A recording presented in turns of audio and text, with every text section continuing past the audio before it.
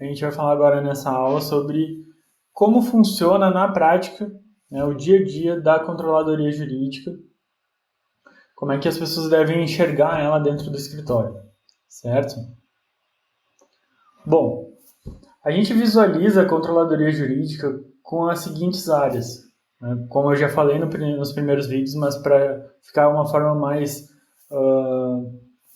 clara, né, de a gente visualizar esses setores, a gente tem aqui a controladoria jurídica em si, tem a área de atendimento e financeiro, né, que se relaciona mais diretamente com o cliente e com a diretoria, e a área técnica jurídica, que trata da parte argumentativa dos processos, da parte jurídica em si. E essas três áreas se relacionam constantemente, todo dia, atendendo uma área, atendendo a outra, certo? Bom, as composições mais comuns da controladoria jurídica, né? Quero passar para vocês aqui o que é uma controladoria jurídica completa e o que é uma controladoria jurídica enxuta. Uma controladoria jurídica completa, ela vai ter os seguintes papéis funcionais ou cargos, como vocês preferirem falar. São 4 cargos mais especificamente, sendo que o assistente de suporte técnico, né, ou assistentes de suporte ao trabalho jurídico e os controladores de qualidade, eles podem ser em maior volume, dependendo do tamanho do escritório, dos setores, dos estados, ou, enfim, do volume de carteira que tem de processo, né, de grupos de ação, do volume de estoque de processos que existe dentro do escritório. Então, o controlador jurídico em si, né, é o principal responsável aí, pelo funcionamento da controladoria, né? Depois a gente tem os assistentes de suporte técnico que vão ficar vinculados diretamente nas intimações, né? Eles vão ver e monitorar diariamente as intimações, os prazos, os ajuizamentos de petições, né? E de recursos, providenciamento de custas, né? E vão manter o contato com o pessoal do atendimento para viabilizar o funcionamento dessa parte de forma mais atuante. A parte dos controladores de qualidade, né, esses sim devem ser advogados com experiência, e eles certamente eles vão se envolver com a parte de revisão das petições, né? Então aí entra a parte de revisão, tanto do conteúdo, por isso que tem que ser um advogado especializado da área, quanto da forma, do prazo, da hora de entregar essa petição, tá? E por fim ainda temos os analistas de dados, né? Os analistas que vão produzir, vão criar os relatórios, vão elevar e elencar os dados a um nível que fique fácil de ser visualizado pelos gestores, pelos sócios, né? Então esses aí são basicamente os papéis funcionais que existem dentro de uma controladoria jurídica. Se você tem um escritório pequeno, né? Se você tem um escritório mais compacto, enxuto, a gente tem aí esse outro modelo que pode ser inclusive desempenhado, dependendo do número de processos, por uma pessoa só, e ela vai acumular todas essas funções, né? No momento que você tiver 2 pessoas dentro do seu escritório, atuando na controladoria jurídica, a gente vai ter aí a parte do controlador jurídico que vai fazer o papel de assistente de suporte também, porque aí vai acumular as 2 funções, e a parte do controlador de qualidade que vai acumular a função de analista de dados, e que vai gerar os relatórios, vai criar todas as informações para disponibilizar para a diretoria e para o corpo de sócios do escritório, né? Bom, qual é o perfil de controlador, né? O que um controller precisa ter, né? Para quem gosta de falar o cargo em inglês, o que um controller precisa ter de qualidade?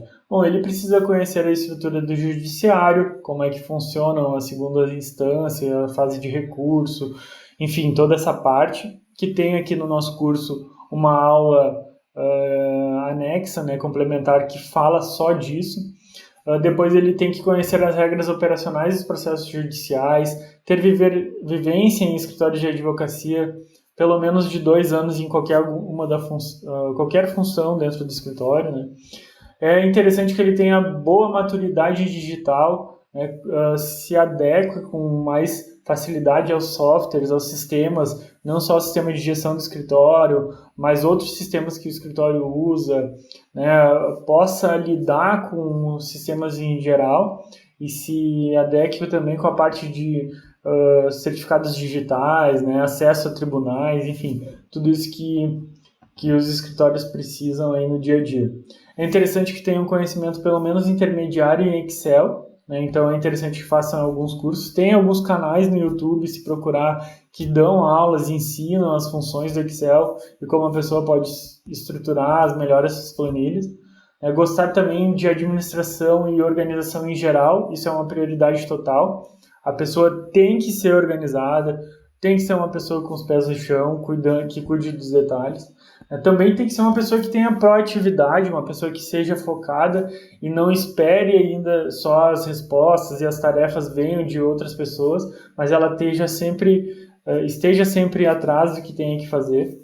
Também tem uma disponibilidade permanente, ou seja, ela precisa estar sempre conectada com o escritório ali e só se desligar quando ela tiver certeza de que todos os prazos, todas as condições foram preenchidas, né, para conseguir ficar na sua hora de lazer, por exemplo, tranquilo. Tem a responsabilidade por si e pela equipe, ou seja, mesmo que ela não tenha aí um cargo de diretoria, mas o controlador ele tem a responsabilidade pelo trabalho da equipe, que esse trabalho seja bem feito, né, enfim. Ela também precisa ter autonomia, essa pessoa precisa ter um pouco de autoridade também, deve ser investido pelos sócios a autoridade nessa pessoa para ela cobrar e pedir auxílio e colaboração de todo mundo. E uma micro-autogestão eficiente, ou seja, que ela saiba se gerenciar sozinha e de forma muito eficiente, né? É interessante ver também, existe um livro que chama Como Ser um Líder Servidor, e esse conceito de líder servidor se encaixa muito direitinho aqui para a pessoa do controlador. É interessante procurar aí no YouTube também, que tem resenha do livro, né?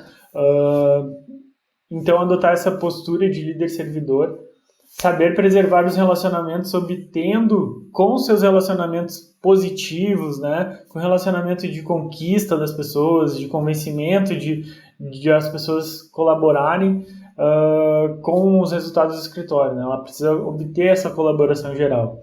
Ser uma pessoa detalhista, que vá lá no item, no ponto nevrálgico da questão, mas também tenha uma visão sistêmica, ela consiga enxergar todos os processos acontecendo simultaneamente e trazendo o resultado esperado.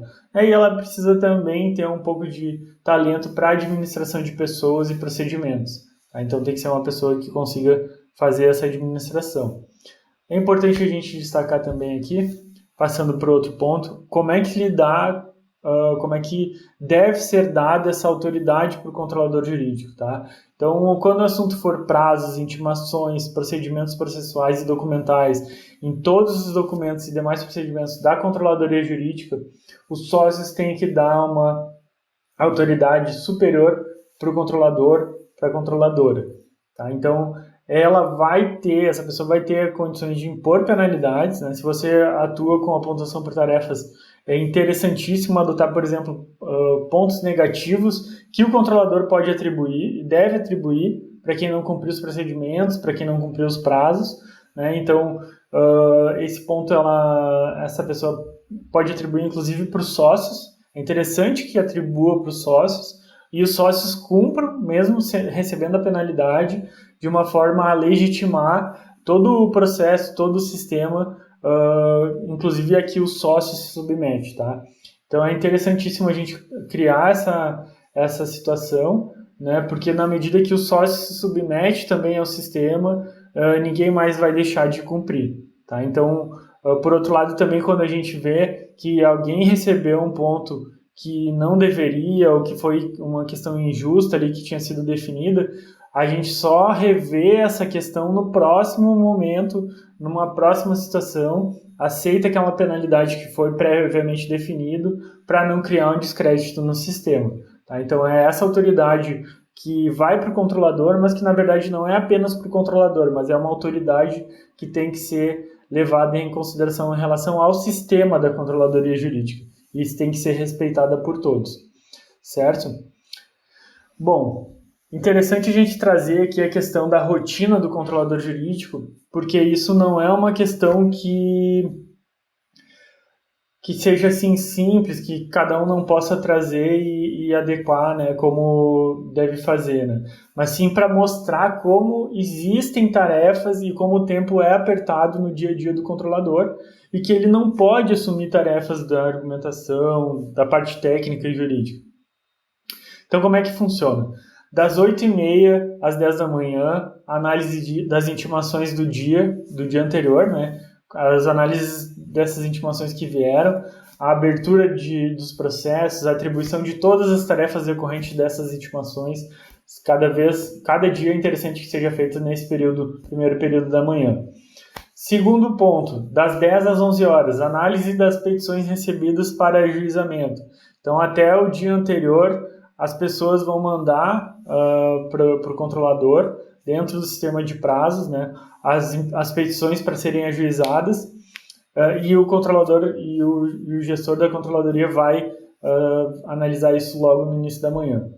Das 11 ao meio-dia, ela vai verificar quais são as tarefas de toda a equipe do escritório que tenham prazos pendentes para preservar e ter certeza de que elas vão ser cumpridas, tá? Então, de preferência, eliminado todos os prazos que estejam até 2 dias de vencimento do prazo judicial, né, o que a gente chama de prazo fatal menos um dia, né, ou seja, o D-1, que é bem conhecido nos escritórios de advocacia, que a gente vai explicar nas próximas aulas. Depois das 2 da tarde até às 16 horas, vai se envolver com ajuizamentos, com protocolos eletrônicos, com outras demandas em geral. Daí das 16 às 17 horas, protocolo de recursos com preparo, ou seja, com a guia de custas pagas, né, eliminada qualquer pendência, né, então visualizar e ver se as guias que estão pendentes estão sendo providenciadas, realizar cobrança de pagamento em alguns casos, daí depende se o escritório adota essa postura de pagar as custas para o cliente e ressarcir depois para não perder o prazo, né? Então isso também é responsabilidade do controlador. E das 17 às 17h30, verificação de cumprimentos de todas as agendas, audiências e julgamentos, se elas foram cumpridas e as tarefas foram encaminhadas para dar andamento no processo. Tá? Além de tudo isso, existem as tarefas semanais, que é fazer uma revisão geral das intimações em todos os tribunais que atua, a fim de verificar com a precisão do software se está acontecendo tudo certinho, né? Inclusive porque existem alguns tribunais que podem emitir a intimação com algum erro, com algum caractere no nome do advogado errado, e isso pode causar o não envio das intimações, né? A realização de análise de processos perdidos também é interessante, uma vez por semana visualizar os processos perdidos e trazer os elementos que levaram a essa situação, né, a perder o processo. E também tem as tarefas mensais, né, que aí é a parte de relatórios, que a gente recomenda a emissão de relatórios de sentenças procedentes e improcedentes, a emissão de relatórios de julgamentos providos e improvidos, a emissão de relatórios de ajuizamento de novos processos, a emissão de relatórios de realização de acordos, a emissão de relatório de processos com trânsito julgado e que tenham início para execução. Tudo isso é tarefa do controller e coisas que ele deve fazer. O administrador do software em si, ele visa manejar o acesso e controlar os usuários, também ele visa preservar a correta alimentação e o fluxo de informações através do software, bem como gerenciar a pontuação de todos os usuários, ver se esses usuários que estão no sistema de pontuação por tarefas não estão duplicando tarefa, não estão cumprindo tarefa que não foi realizada, enfim, fazendo esse gerenciamento do bom uso do sistema. O suporte operacional, ele visa, além da parte de intimações em si, né, que ele vai ficar conectado ali com as intimações de uma forma mais precisa e específica, ele visa dar suporte à tramitação processual de tudo que não for técnico e jurídico, mas operacional. Então, ele tem que dar o suporte para toda a equipe jurídica com obtenção de documentos, guia de custas, contratar correspondentes, levantar documentos e informações e tirar a preocupação do resto da equipe em relação a esses itens. E por fim, o analista de dados e resultados, que ele tem o objetivo, o escopo de organizar os relatórios de processo e de produtividade, né? Ele também tem que destacar informações relevantes para o crescimento do escritório, né? E principalmente para a preservação da qualidade do serviço, tá? Então ele tem que fazer esse levantamento de relatórios todo mês para os sócios, né? Para os sócios fazerem a análise do escritório. E, como eu falei, esse aqui é o outro cargo que tem dentro da controladoria jurídica. Alguns escritórios, de fato, não colocam esse cargo dentro da controladoria jurídica por ele ter um peso, um papel na parte técnica, né? Na parte técnico-jurídica, argumentativa, enfim. Então, essa pessoa ela vai estar desempenhando papéis que têm uma natureza de operacional e outros papéis que têm a natureza técnico-jurídica. Vai revisar as petições, vai identificar as necessidades de controle de qualidade, inclusive vai verificar, de repente, a necessidade de fazer um treinamento ou fazer alguma outra sessão de ensino ou recomendar alguma leitura para algum colaborador, algum advogado que esteja deixando alguma coisa a desejar, né? Então, ela vai ter esse papel de qualidade, de controle de que as pessoas produzem de conteúdo jurídico, tá? Esse é o papel do controlador de qualidade.